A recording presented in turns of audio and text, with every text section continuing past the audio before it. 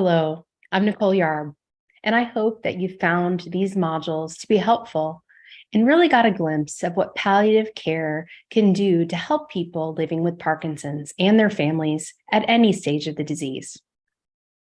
We've heard from many people with PD and their families who have experienced help from palliative care in addressing these topics with their neurologists and team, just as with other healthcare providers. We're now going to hear from some of these people living with PD and care partners about their experiences.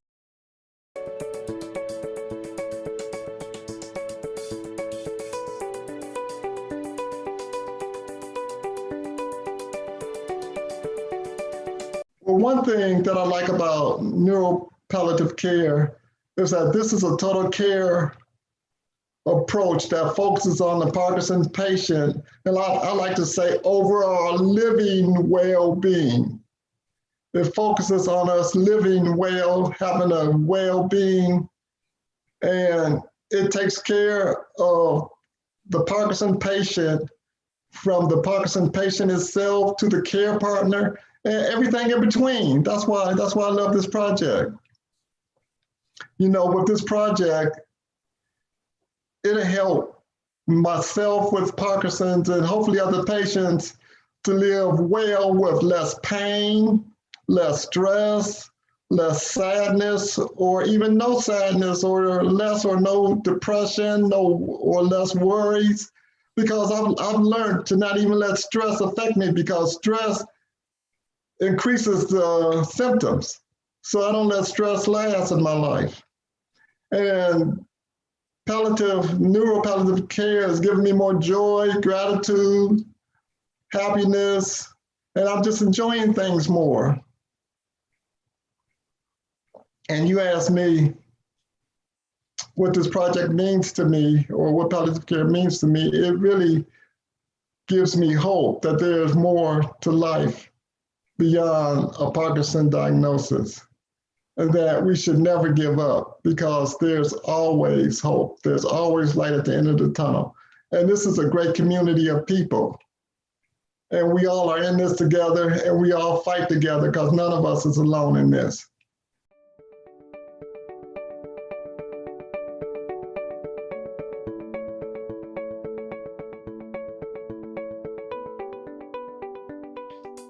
There are a lot of things that go on during the Parkinson's journey that are beyond the scope of the physical.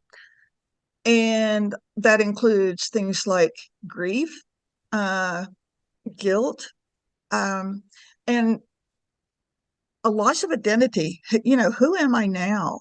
My husband went through, when he finally had to retire, even though he didn't want to, but the disease was more important at that point.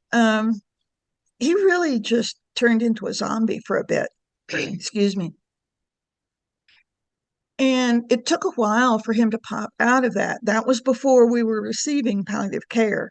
And I didn't realize at the time myself that, I mean, I knew he had lost a lot. He had lost his profession, his physical being was not what it used to be. But it wasn't until we got the palliative care that the spiritual counselor talked with my husband about meaning, finding meaning in spite of all those losses. What kind of meaning can you still have in your life? So that was really important. I do a lot of work with other care partners, and you know, the grief, the anticipatory grief is there, and they can see it in their spouses. They can see the losses that they feel. There's just so much that goes beyond that. Apathy, even. You know, I think there was a period of time when my husband was just completely apathetic.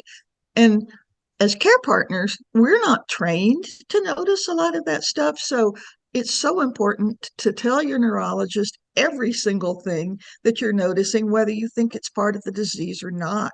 And then let them filter that out and recommend that you see the social worker or the spiritual counselor, or find a therapist someplace. Let them help you figure that out.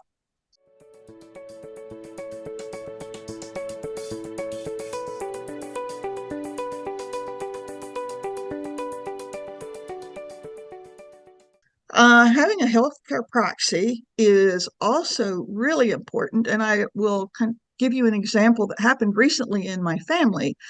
Someone who is dealing with Parkinson's with dementia, like my husband had, um, and had something happen with their DBS system, had to go to the emergency room, and they saw that the patient had a living will, do not resuscitate, and all that. So it was only the DBS that was the problem, but they were refusing to give him artificial nutrition, IV drugs.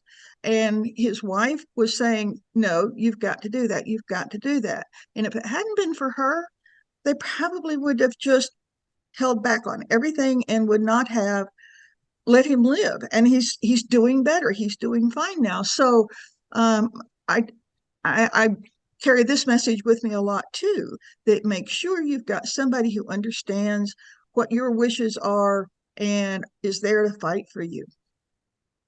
Going through the process was actually pretty easy. We just went to a lawyer that we already knew, and she got all the documents ready and listened to us carefully.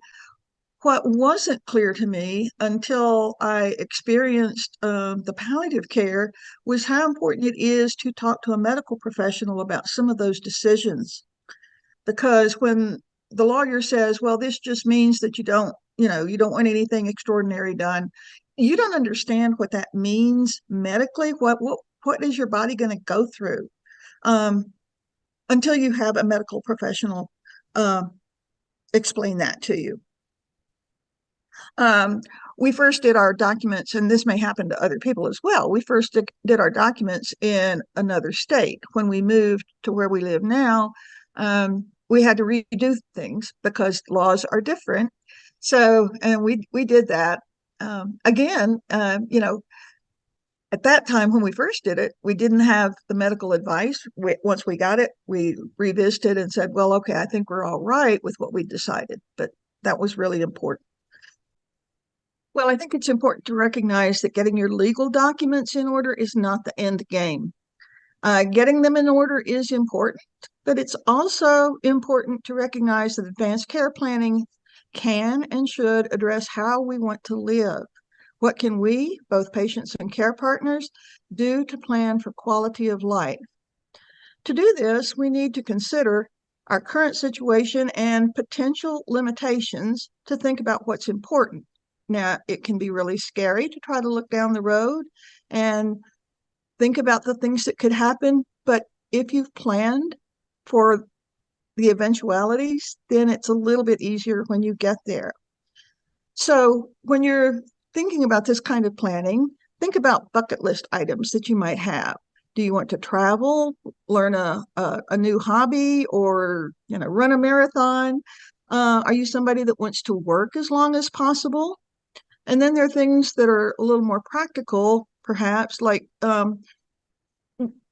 do you want to try to stay in your own home as long as possible? And if so, would you want to modify it to make it accessible?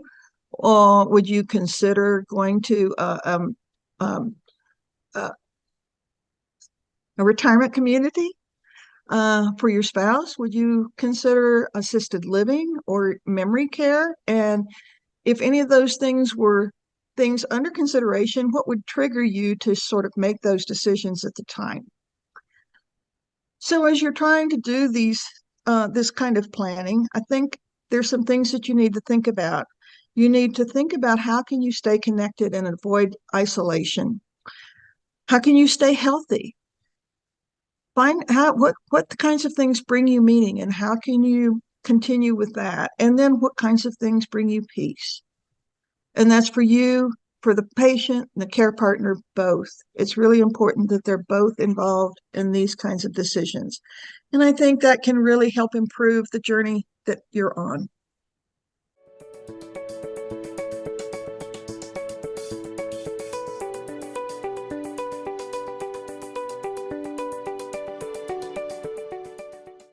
With my husband, that was my most intimate experience with hospice, I suppose. It was wonderful because he was in a bad state. It was so helpful to have the medical person come twice a week or however often and have their eyes on him, telling me what they're seeing, and also checking on me to see if I need anything. So that was just wonderful. My only problem with hospice, and it still continues to this day with other people, is the fact that they included Haldol in the medical kit. And I've been, and for Parkinson's, that's not something I've learned since, that you should not have. If it hadn't been for a run-in with the nurse from the palliative care clinic while my husband was in hospice, I probably would have given it to him. So I kind of encourage everybody to be aware of that fact, because it's going to happen. But other than that, nothing but praises. The spiritual counselor that we had was so kind that we even asked, I asked her when my husband passed away if she would do a little service for him before we had him cremated. So she did that, and it was beautiful. So yeah, they're very kind people, very kind people. Prior to having hospice, we had in-home palliative care, and the nurse would come once a month, and every month I could tell that she was trying to figure out how she could get him eligible for hospice, because he clearly needed it well in advance of when we got it. But as soon as she decided, yeah, we're going to go ahead and call it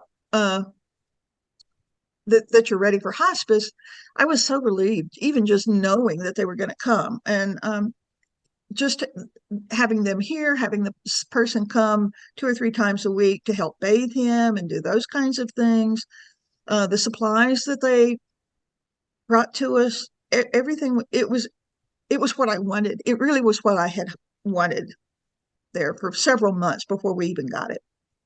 Some of the things that hospice did for us that were really helpful was allowing my husband to die at home, or any of my loved ones. They were all allowed to die at home. And that was huge. We didn't have to rush them off to an emergency room, die in a hospital, and so forth. That was wonderful. Another thing was having an agency that you could call any time, 24 hours a day. If I had questions, they were there to answer. They would send somebody out if I needed them to. And another thing that was really huge is that they stepped in and took care of arrangements as soon as the loved one died. They were there to call the funeral homes and make all of those arrangements. It was, I really appreciated all that help. It's a time when you need that. So yeah.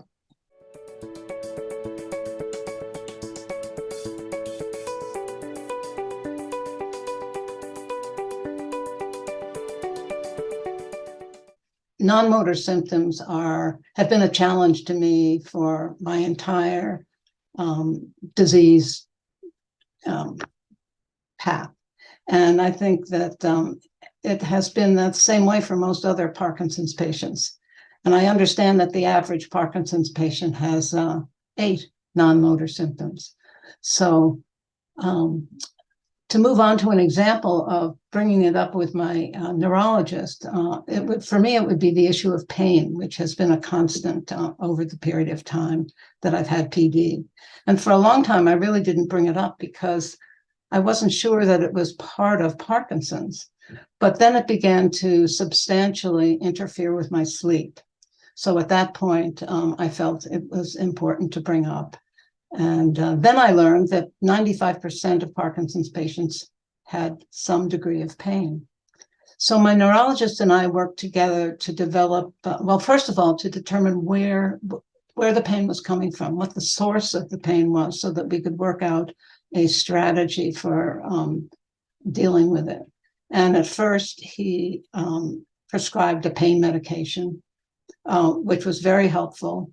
And that actually kept me from going to the drugstore and grabbing Tylenol PM and taking it every night for a number of weeks, and potentially even have affected my memory in the long term. So going to your neurologist first is very important. I think the neurologist is the first stop, as a matter of fact, and needs to be the primary person that you go to for issues related to Parkinson's and those that you think might be related to Parkinson's. I guess it's important to say, too, that we as Parkinson's patients really have responsibility for trying very hard to live our best life for ourselves and for our families. And we do that by being proactive and doing our learning homework and reaching out to specialists, and basically to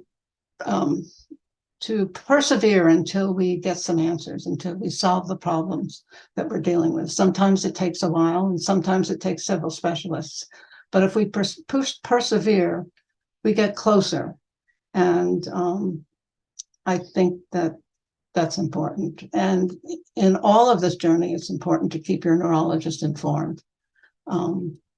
So in addition, life is never easy for a Parkinson's patient in terms of preparation. So in addition, it's important to keep thorough notes, accurate notes, because Parkinson's is it's invisible in many ways. And certainly the non-motor symptoms are invisible oftentimes to your practitioner.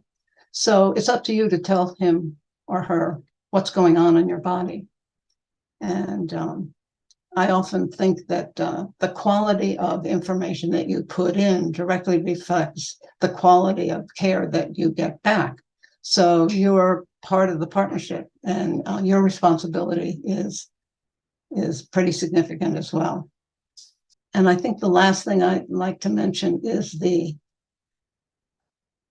complexity of the disease, and the complexity that leads to a whole variety of non-motor symptoms that change with time. And as your disease changes, your symptoms often change as well.